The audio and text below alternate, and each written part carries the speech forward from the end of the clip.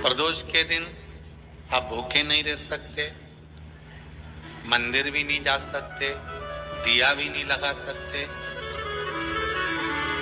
तो शिव महापुराण की कथा कहती है कि प्रदोष के दिन, प्रदोष काल में अपने ही दरवाजे के पास देवाधिदेव महादेव का स्मरण कर कर लक्ष्मी की वृद्धि के लिए,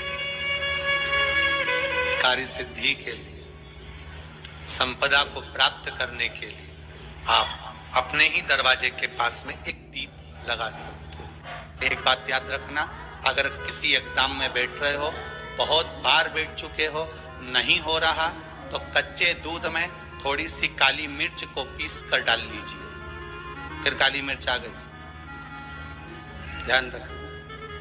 कच्चे दूध में थोड़ी सी काली मिर्ची को पीस कर डाल लीजिए। महाराज, थोड़ा सा कच्चा दूध बेलपत्री के पेड़ के नीचे समर्पित कर दीजिए, अपना नाम और गोत्र बोलकर। थोड़ा सा कच्चा दूध उसी में से शंकर भगवान को चढ़ा दीजिए। फिर एक कलश जल का साथ लेकर जाइए, जो शंकर भगवान पर जल चढ़ा कर आइए। फिर जिस एग्जाम में जा रहे हो उसमें आप चले जाइए, बाबा आपको सफलता प्रदान करेगा ही, ये पक्का। काली मिर्च शत्रुओं का नाश करती है, आपको बल प्रदान करती है कि आप जिस परीक्षा में बैठने जा रहे हो, आप जिस जगह पर भगवान का अनुमोदन करने जा रहे हो, आप जिस जगह पर कंपटीशन एग्जाम में बैठने जा रहे हो, वहां सफलता देगी वो आपको। अगर कहीं भटक भी गए, हट भी गए, तो वो सफलता देगी। एक कटोरी में पंचामृत बनाकर ले जाते हैं, दूध, दही, शहद, घी, शक्कर, ये सब मिलाकर यदि आप लेकर जाते हैं और ले जाकर भगवान शंकर के सामने समर्पित करते हैं, एक बेलपत्री अशोक सुंदरी, अभी तक आपने जो बेलपत्री चढ़ाई है अशोक सुंदरी के ऊपर, डंडी का मुख जहां से पानी बहता है उस ओर रखा जाता है। पर जब हमें ऐसा लग रहा है कि हमारे पितृ भूखे हैं या हमारे पूर्वज प्यासे हैं या उनको भाग नहीं मिल रहा, इसलिए मेरा कोई काम नहीं हो रहा, इसलिए शिव राजी नहीं हो रहा है, तो ये बेलपत्री के भाग को बदल दिया जाता है। ये बेलपत्री अशोक सुंदरी की जगह पर जब चढ़ाया जाता है तो ये पत्ती का जो भाग है जहां से पानी बहता है उस ओर रखा जाता है, और ये डंडी का भाग शिवलिंग की ओर रखा जाता है। और यहीं पर भगवान शंकर को जो तुम पंचामृत बनाकर लेकर गए हो वो पंचामृत चढ़ाया जाता है, और वही पंचामृत थोड़ा सा शिवलिंग पर चढ़ा दिया जाता है। उसके बाद में पितृ पूर्वज जल की आस नहीं रखते, ना भोजन की आस रखते हैं, क्योंकि शंकर उनको तृप्त कर देते हैं, शिव उनको पूर्ण कर देते हैं। बहुत सारी पत्तियां नजर आती हैं। शिव महापुराण की कथा कहती है, जो सोमवार की अष्टमी हो या प्रदोष का व्रत हो या 12 महीने की शिवरात्रि हो या किसी भी दिन प्रदोष काल के अंतर्गत शंकर भगवान को एक शमी का पत्ता कोई भूलवश भी समर्पित कर देता है, तो जितनी एक पत्ती में पत्तियां होती है और उस पत्ती के अंदर भी एक पत्ती को तोड़ने के बाद जितनी पत्तियां होती है, उतने जन्म मृत्यु लोक में मनुष्य के नहीं होते। 84 लाख योनियों में से वो योनियां कट जाती हैं और देव योनि प्राप्त हो जाती है। एक शमी पत्र की इतनी महत्वता है। जगह जगह जाकर प्रार्थना कर ली, निवेदन कर लिया, तो भी तुम्हारा अगर कोई काम ना बने, तब एक काम जरूर करना, एक बेलपत्र, एक शमी पत्र, एक कनेर का फूल देवाधिदेव महादेव को प्रत्येक प्रदोष के दिन शिवजी को जल चढ़ाकर समर्पित करना प्रारंभ कर दो। 2 या 3 प्रदोष निकलेगी, मेरा देवाधिदेव महादेव तुम्हारी झोली खुशियों से भर दे। 2 जगह दिए लगाना प्रारंभ कर दो। पहला, बेलपत्री के वृक्ष के नीचे पहला दिया प्रदोष काल में, प्रदोष के दिन बेलपत्री के वृक्ष के नीचे, और दूसरा दिया अपने दरवाजे की चौखट के बाहर, मतलब अपन बाहर खड़े होंगे, अंदर की ओर दिया नहीं, बाहर की ओर। 2 जगह दिए लगाना प्रारंभ कर दो। अपने हृदय की कामना कर कर भगवान शिव को समर्पित कर। मात्र एक दुर्वा, शंकर भगवान पर चढ़े हुए जल जब नीचे की ओर आता है, जिस जगह पर जल गिरता है उस जगह पर मात्र एक दुर्वा प्रदोष के दिन अपनी कामना कर कर इस शरीर के सुख के लिए शंकर भगवान के जल गिरने वाले स्थान के पास में अब धूतेश्वर महादेव के नाम से रख दी जाती है, तो जिंदगी में कभी बड़ी बीमारी नहीं आती। उसी तरह जिससे रोग को समाप्त करने के लिए दुर्वा का प्रयोग किया गया। बहुत सारी पत्तियां नजर आती हैं। शिव में शांति बिल्कुल नहीं है, क्लेश बहुत ज्यादा है, बहुत ज्यादा तकलीफ। हमारे घर में कुछ न कुछ जरा सी बात पर विवाद होता ही है, तो प्रयास करिएगा कि आप काली तिल थोड़ी सी, एक काली मिर्ची और 7 लौंग, क्या क्या तिल चीजें हैं, काली तिल, काली मिर्ची, 7 लौंग, केवल ये हथेली में रखकर अपना नाम और गोत्र बोलकर अपने दरवाजे से बाहर निकलकर किसी भी शंकर के मंदिर को समर्पित करिए। शिव पे नहीं चढ़ाने दें तो शंकर की चौखट पर रखें। महाराज, घर में कभी क्लेश नहीं होगा, बिल्कुल शांति, सहजता, प्रेम, आपस। एक अपने मन में एक बात को उतार कर रखिएगा कि बन सके 1 बेलपत्र, बन सके 5 बेलपत्र, शमी पत्र, हरे मुंह,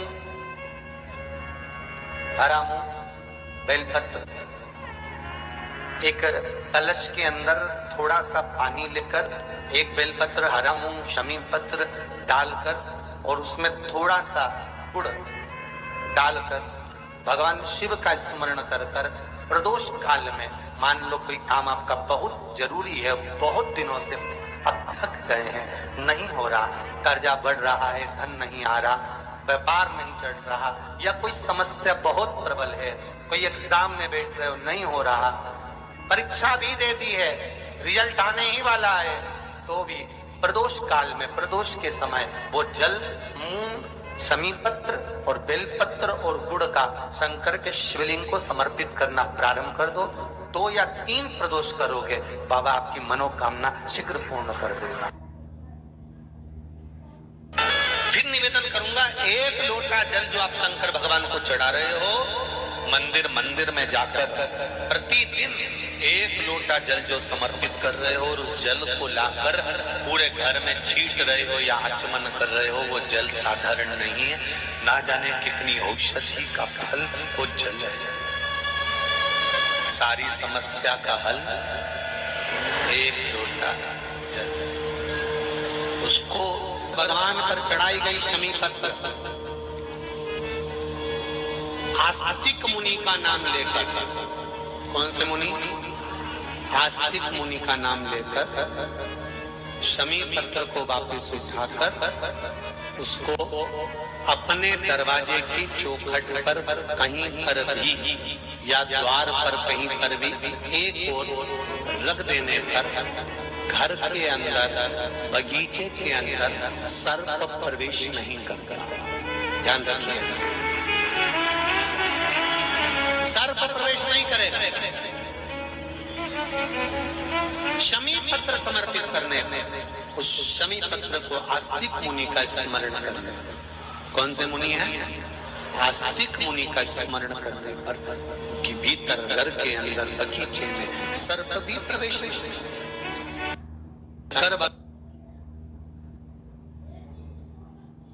शिव कथा कहती है, घर में अगर किसी को ज्यादा रोग सता रहा है, बीमारी बहुत ज्यादा हो गई है, वायरस ज्यादा लग गया है, वेंटिलेटर पर पड़ा है, तो एक प्रयास करना, समी का फूल, समी की पत्ती में, समी का वृक्ष में फूल लगता है, उस फूल को लाकर भगवान नीलकंठेश्वर महादेव के नाम से शंकर जी को चढ़ा दो और शंकर जी का नाम लेकर थोड़ा सा जल, जो व्यक्ति बीमार है, शिव पर चढ़ा हुआ जल नीलकंठेश्वर महादेव के नाम से उसके शरीर पर कहीं लगाओ, उससे उसको स्वस्थ होने में देरी नहीं लगेगी, वो स्वस्थ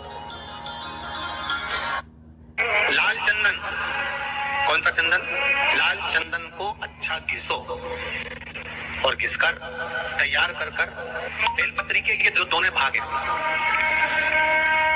दर्शन हो रहे हैं आप लोगों को? लाल चंदन घिसो और घिसकर बेलपत्री के ये दोनों भाग हैं, दोनों पत्तियां जो नीचे की हैं, इसमें उस चंदन को लगा लीजिए।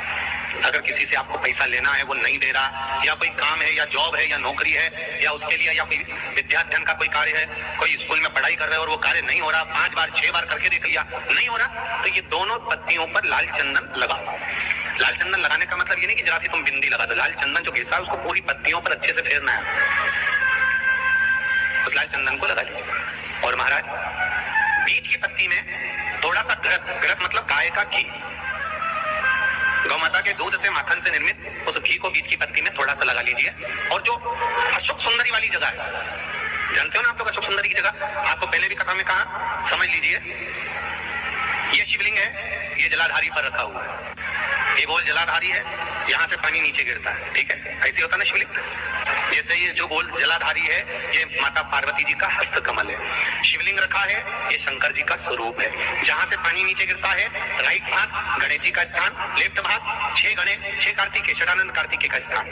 जहां शिवलिंग का जहां पानी जाता है, उसके बीच में एक मोटी सी लाइन होती है, वो शंकर भगवान की सबसे छोटी लड़की जिसका नाम अशोक सुंदरी है, उसका स्थान। तो शिव जी की जो सबसे छोटी लड़की है अशोक सुंदरी, उस अशोक सुंदरी वाली जगह पर इस बेलपत्र को प्रदोष के दिन या सोमवार के दिन आप घी वाली बेलपत्र को अशोक सुंदरी वाली जगह पर रखकर, ये जो चंदन लगी हुई बेलपत्र है, इसका मुख ऐसा सीधा की सीधा रखोगे तो गणेश जी की ओर हो जाएगा, षडानंद कार्तिकेय की ओर हो जाएगा। अपनी कामना कर जिससे धन लेना है, पैसा लेना है, या जो कार्य निकालना है वो नहीं निकल रहा, बहुत प्रयास कर लिया, अदालत में 50 बार हो जाए, काम नहीं हो रहा, तब इस बेलपत्र का प्रयोग करना, बाबा से विनती करना और विनती कर वापिस आ जाना। केवल 2 प्रदोष या 2 सोमवार कर लीजिए, बाबा आपकी मनोकामना पूर्ण कर देगा। उस बेलपत्र का सुख।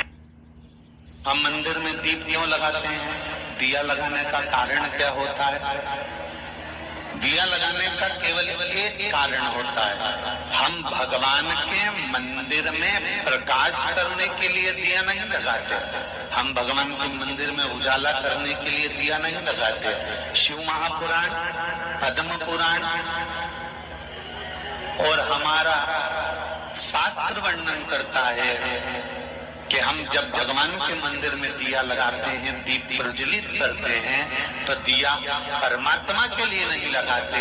जब हम दीप प्रज्वलित करते हैं तो जैसे ही मंदिर में प्रकाश होता है, वैसे ही हमारी जिंदगी में चारों तरफ प्रकाश होना